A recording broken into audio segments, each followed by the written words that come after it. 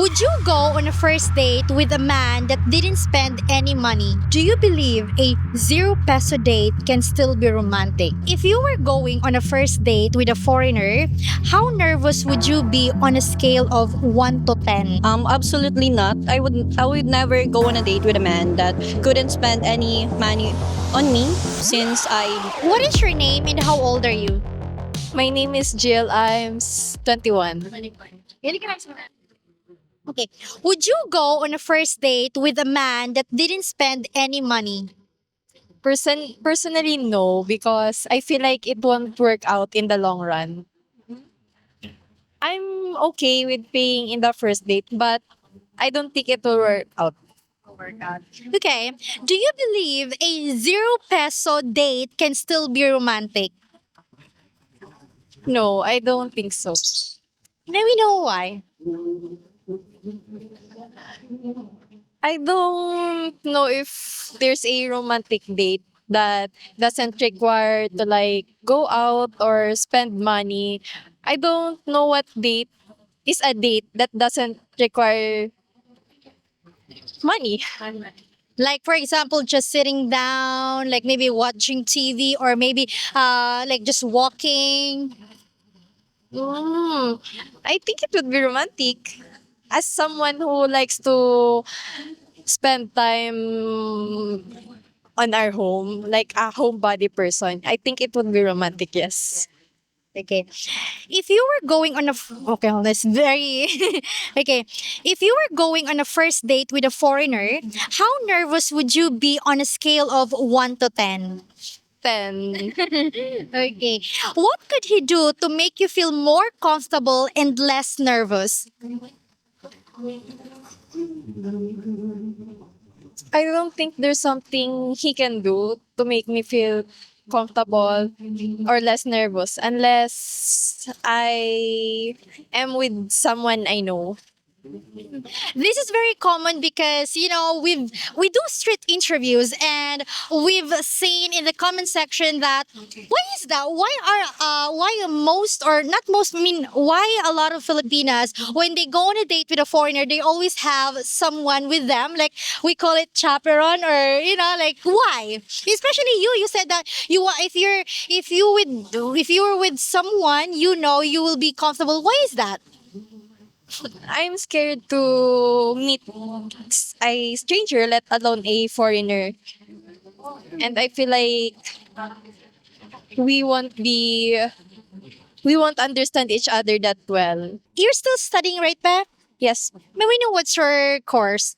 civil engineering. Engineering. What year are you now? Graduating? No, I'm in my second year. Second year. Do you have a boyfriend or are you single?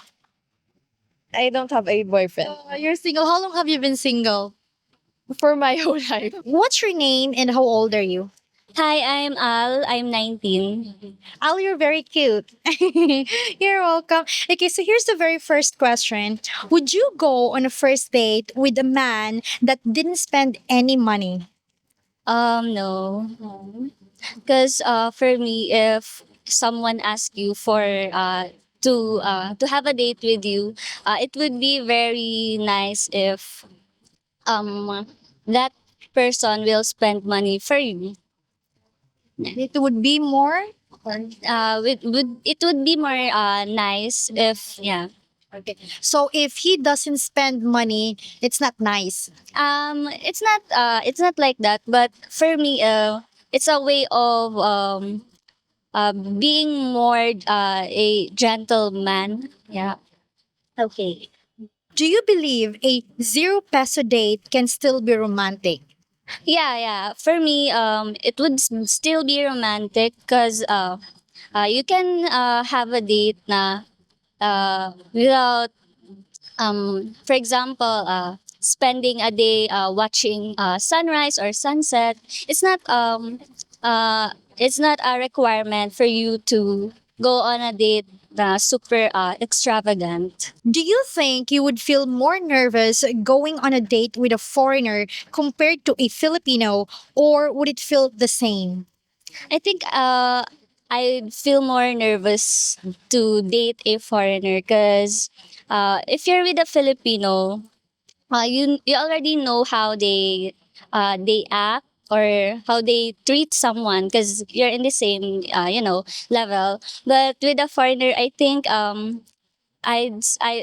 uh it would still be parang hmm, I don't know on how to uh I wouldn't be able to communicate myself well with them. Okay. Are you single, Be, or are you in a relationship? Like, do you have a boyfriend? Single How long have you been single? since birth. Since birth. Okay. You are 19 years old and you're in college, right? I can see that. What are you studying? Nursing. Nursing. What year are you now? First year. What are your names and ages? I'm Cassandra, 19 years old. I'm Jamaica, 19 years old. Okay, so here's the very first question. Would you go on a first date with a man that didn't spend any money? For me po, no. Importantly po, especially if the man, if the man initiates the first date po. Even though I also afford to pay for the first date. For me po, no. Because if you serious to go on the first date, um, ikaw mismo ang magbabayad. Okay, you're the one who's supposed to pay. Okay. Yes. Okay.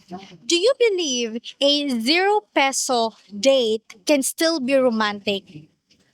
I think it depends on the person po. If the person you're dating is materialistic po, I don't think so.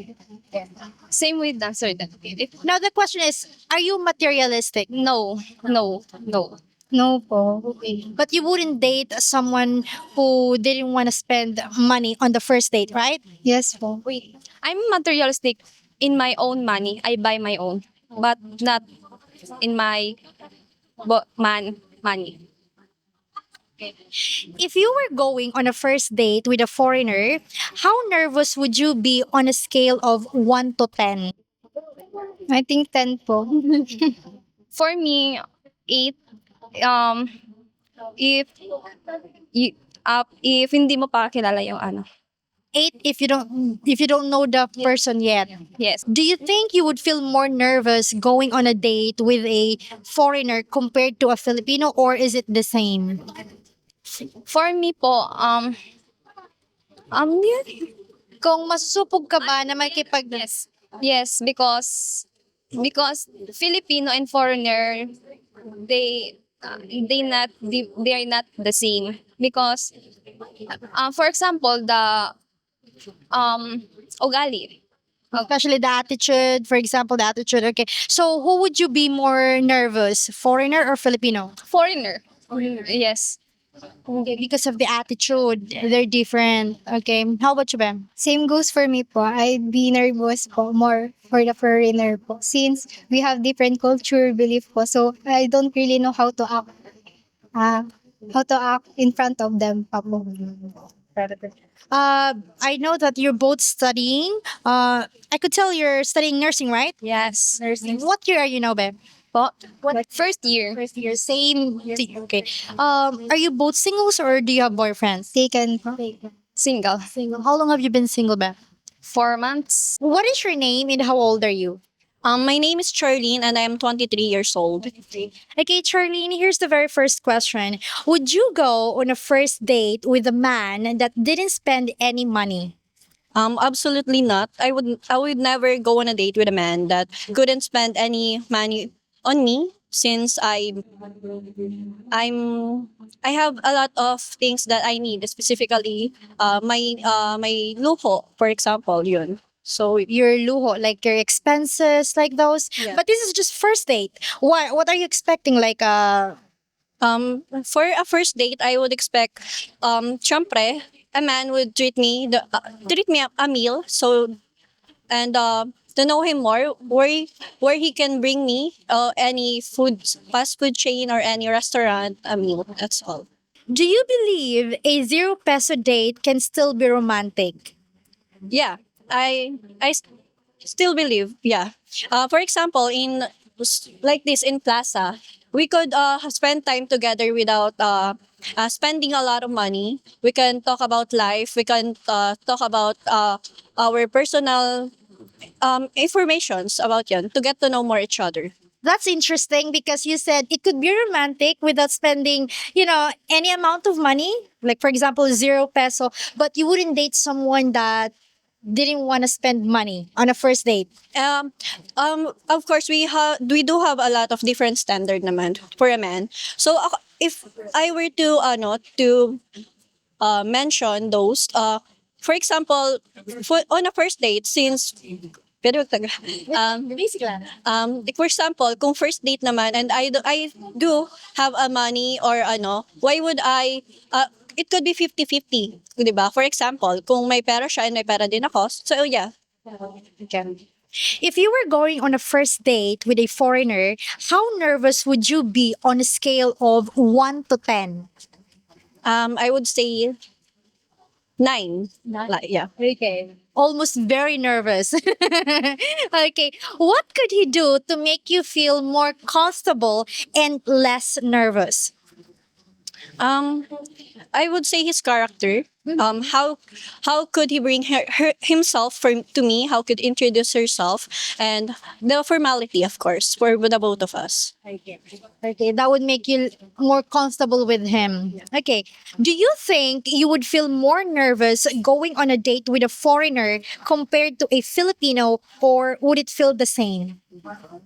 I would say a Filipino is much more comfortable since I'm a Filipino as well. Yeah. And there's no language barrier kasi there's my difficulty on how I would talk to a foreigner since I'm pure on Bicol and Tagalog. Pero as a graduating student naman, so I would say I have a lot of experience on talking English and public speaking. So it would be almost the same. Almost the same. Yeah. Almost the same. Yeah. I mean, mas Filipino mas mas mataas yung language. Okay. Okay, so if you're dating with a Filipino, it's more comfortable than dating a foreigner. Though you can speak English, right?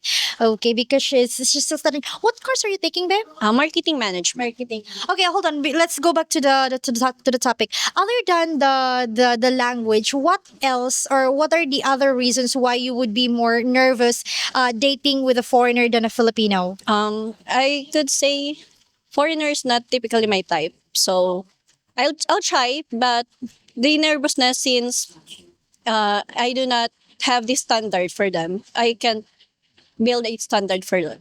Are you single, babe, or are you in a relationship? Like, do you have a boyfriend? I'm single. How long have you been single? 4 years, something. Yeah, 4 years. What are you studying? My course, yeah, I'm marketing management. I'm actually 4th-year student now. Congratulations in advance. You'll be graduating this year, right? Congratulations. Well, anyway, thank you so much, babe. We really appreciate your time. She's with her friends, but her friends are very shy. They're very shy. But thank you. We really appreciate your time, babe. Hi, everyone. Hopefully, we earn your subscription. And also, if you want extra videos, please consider becoming a YouTube member. Thank you for watching and take care, everyone. Bye-bye.